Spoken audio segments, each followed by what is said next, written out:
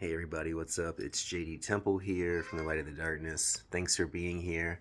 I love you, lover boy. I just gave you some catnip, and I already fed you. Sorry, y'all. I did. I really did. I really did it. You want to come up here? You want to say hi to everybody? He likes to be in all the videos here lately, doesn't he? Come here. Come up here. Come here, Bubby. I know. He's stressed out. He misses his mommy a lot. I understand, Bubby. It's okay. It's okay. So anyway, y'all, I have everything set up outside.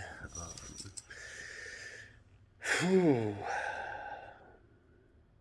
getting ready to go out there and get this ritual, this group ritual, the rite of nuclear vision going. I haven't eaten since about 8:30 p.m. yesterday. And when I was going back and forth earlier, carrying things out to the garage, to the outdoor temple space there, I was starting to kind of feel like, oh, and I was like, oh shit, like I gotta have to get this going soon. So I took a couple bong hits, and that helped some. It's not the kind of weed that really makes you hungry, thank goodness, because that would really be bad right now. But I'm feeling good. Feeling very, very, very much in my crown chakra. I've been out of reality anyway, really, for like the last 7 to 10 days at least. And I'm sure it has a lot to do with the leading up and the build up to this big ritual here.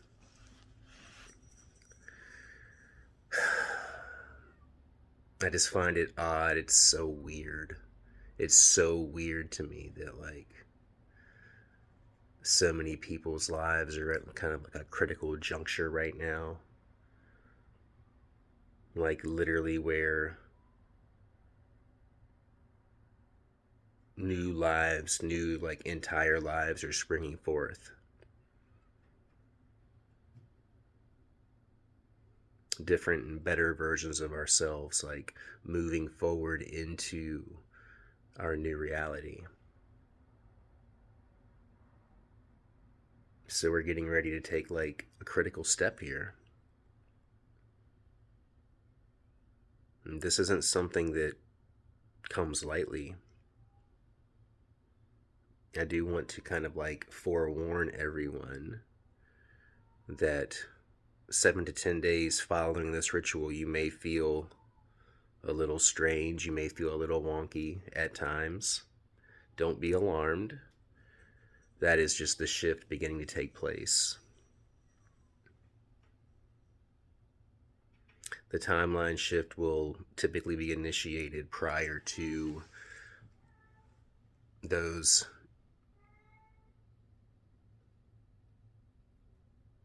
latent talents and abilities that we have within us that will be springing forth. That will come following the timeline shift, and that will be something that will be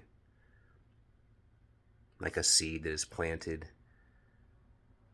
and there will be a tree or a plant springing forth with big branches, like growing closer and closer to the sun, like branching out in all directions, putting its hand in everything that it wishes to.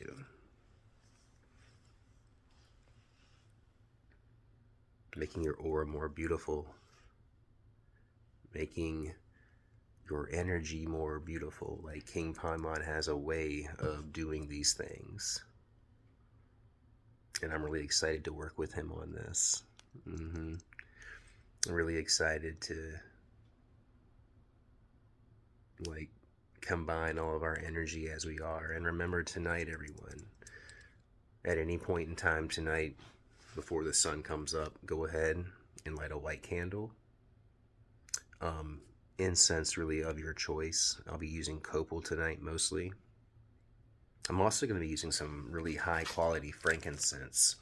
Some people may frown upon the use of frankincense with King Paimon, but Back in the day, last I had worked with him, it worked very well.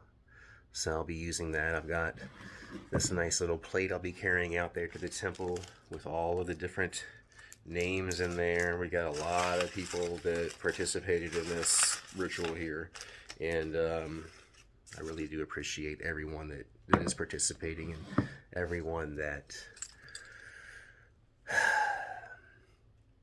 understands what is happening and realizes what is going on in this world and has identified certain things in their lives that would make it not only proper but maybe even necessary to take part in a ritual of this nature. I'm going to be using a lot of crystals tonight.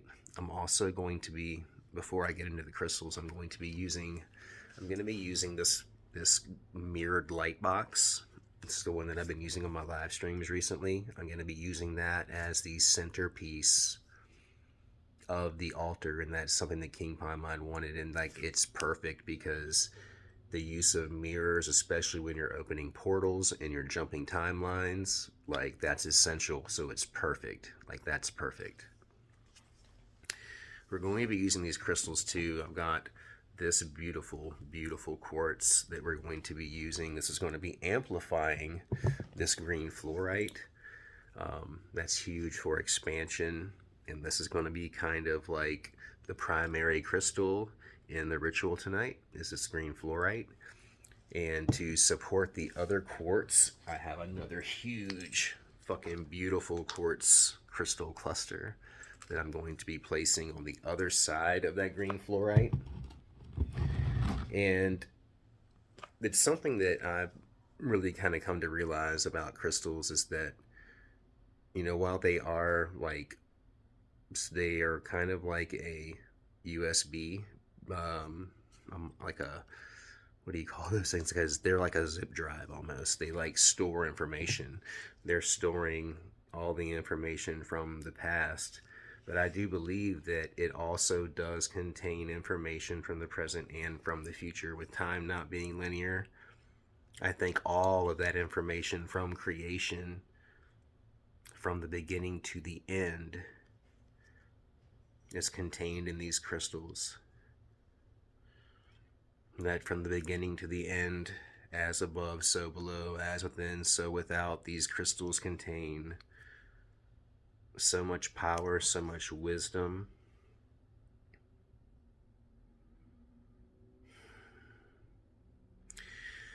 Whew, and you can feel the vibration and the frequency. Like, I don't know if you all have like sat with any very large crystals like this recently, but for real, take your shoes off, put your feet on the ground and hold that crystal, and you will feel your whole body will begin to vibrate. It's subtle at first, and then the intensity just builds up and builds up. It's pretty wild. Ooh, it really, like, it's almost like you have to like shake it off almost. So those are going to kind of be like anchor points in the ritual of these crystals. And then that light box, I have a very beautiful wooden sigil plate of King Paimon's sigil that I'm going to be anointing with blood, as well as a few paper sigils that will be burned in the cauldron along with the names. Using a lot of white candles tonight, using a few green candles too. But go ahead on your end before sunrise if possible. If you're not able to do it before sunrise, that's okay. Just do it when you can. But go ahead and light that white candle, light that incense, and anoint King Paimon's sigil.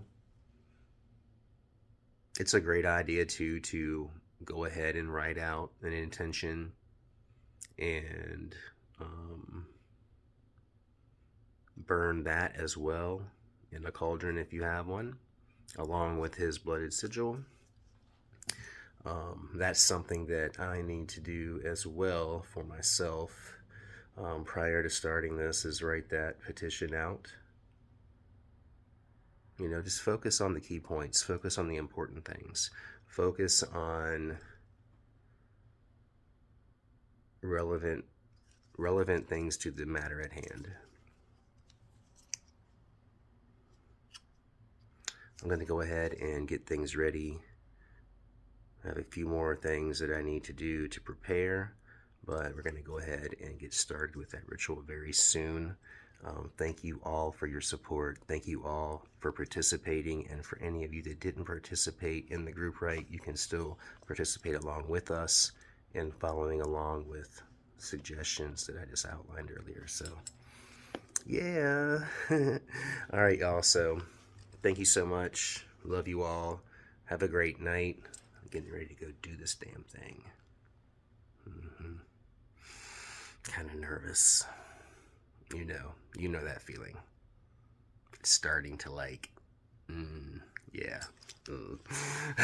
All right, y'all. I'll see you later. Have a great night. See ya.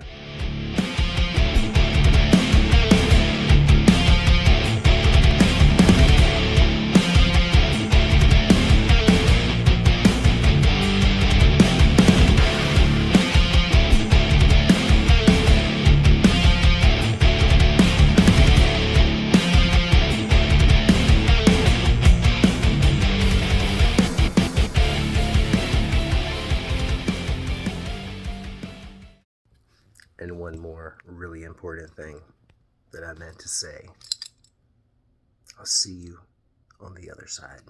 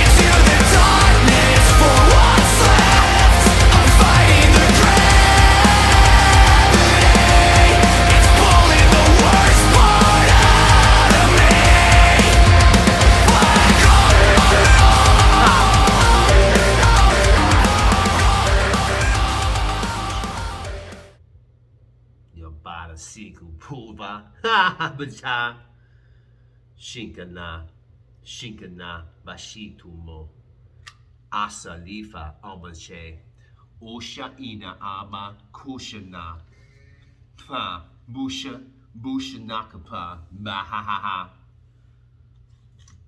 You always knew that. Motherfucker.